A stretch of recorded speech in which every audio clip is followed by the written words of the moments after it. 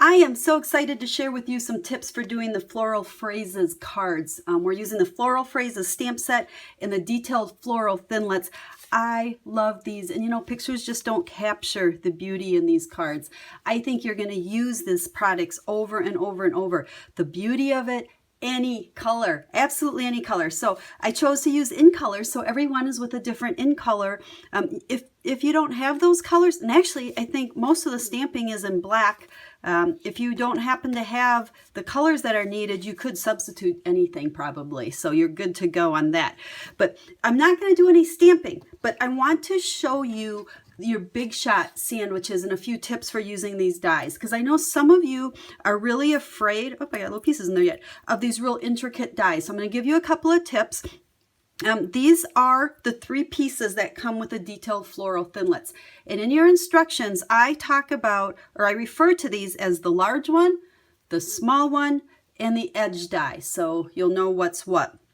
And each card, I tried to use them a little bit differently. So we're just going to go through them card by card. This won't take very long at all. So card number 1, what we did on that one, and we'll just play here and show you the sandwich. So we have the Big Shot platform. If you purchased the new one, you know you also have a thin die adapter. You need to use that with these dies. So those 2, and then you absolutely want the precision base plate on this to get a nice clean cut. On top of that, we're going to put our cardstock. With this one, we're using the large floral piece. And the trick here is you're going to just eyeball it to try to get it nice and even on those 3 sides. The straight edge goes with the straight edge. Now this is going to be a little bit different on another card. So straight edge, straight edge. Then this little piece is what's going to cut it off at the end. So we're going to just set that very carefully. It fits right in there. Just place it. Doesn't have to be touching it. You want a little bit of a border. Set it there, and then go ahead and put another cutting pad on, and it's ready to run through the Big Shot. So I'm going to do that just a second. Okay, we've run it through the Big Shot, and my table shakes really bad when I do the Big Shot, so I didn't want to do it as I was videoing. So we're going to take this apart. Okay, you'll see the thin die piece here. I'll cut this off. Now make sure you keep this. You're going to need this for card number 2. You need just a scrap of white. So now this piece, and you'll see they're already just starting to fall out. Okay, now the reason they come out so nice and easy is because of this precision base plate. I do run these detailed dies through my Big Shot 3 times. You know, I run it through and back and through again. You know, it kind of depends on each Big Shot. They're all a little bit different. But that will help cut if you're having a problem. And then I love my little Big Shot die brush. Again, I hope I don't shake too bad. But you're going to just run this over, okay? Go to the edges, and this really helps. Look at how much fell out just by doing that. And it just helps stuff come out. Now, there are a few pieces that are still stuck, but you can, I mean, I can get them out with my finger, or I like to use my piercing tool, and I can just pop these through really quick and easy. Okay, everything's out, makes a big mess, okay?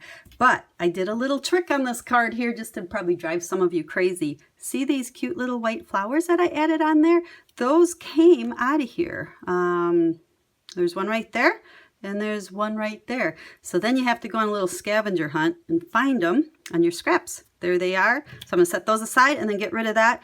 We're ready to put our card together. And with this, you notice I left this kind of flappy here. I just put adhesive along the top and down just a little bit. And then my little knots here, I just tied knots in my ribbon and I used a glue dot to stick them on there. Super simple. Do some stamping and you're good to go. So there's card number 1 and the way we use the dies on that one. Okay, let's talk about card number 2. I love the elegance of this one. Great wedding card, and you know, you could do it in any color depending on what kind of wedding you have to go to. So it's a very beautiful card, and you could change those words too. But anyhow, the images on the front, the top 2 here, I did stamp on scrap paper first to make them lighter, and then the 2 roses, you can see they're kind of popped up on there, stamped them full strength on that scrap paper. Remember I said to keep it from card number 1. Cut them out, no die for it, get out those old scissors, use a dimensional under there and put that on there. Now let's talk about the Big Shot for the background here. Okay, we're going to use the dies, and this time you're going to use both the large one and the small one. Same sandwich as before, so I'm not going to show that to you again, but the key here, make sure you have nice even edges, the best you can eyeball all along the sides. You're going to leave the center just open like that, run it through the Big Shot, and you will have a piece right through the middle there that has nothing cut out of it, but that's okay. You don't even notice because the ribbon is tied around there, and then it just looks like the whole piece is this really nice intricate lacy look. And I just did a little stamping on the inside. So there's card number 2. And let's look at card number 3. Now, hang in there with me on this one. There is a ton of Big Shot cutting to do, but I think you're going to really like the results. You can see how both of these are popped up. I did use a ton of dimensionals under here to make sure that they, truly stay nice and popped up. But let's just go through the cutting process because there's a lot. You're going to run this through a million times on your Big Shot. So you're going to start by using the large one. Okay, have it again nice and even to the edge like we've been doing.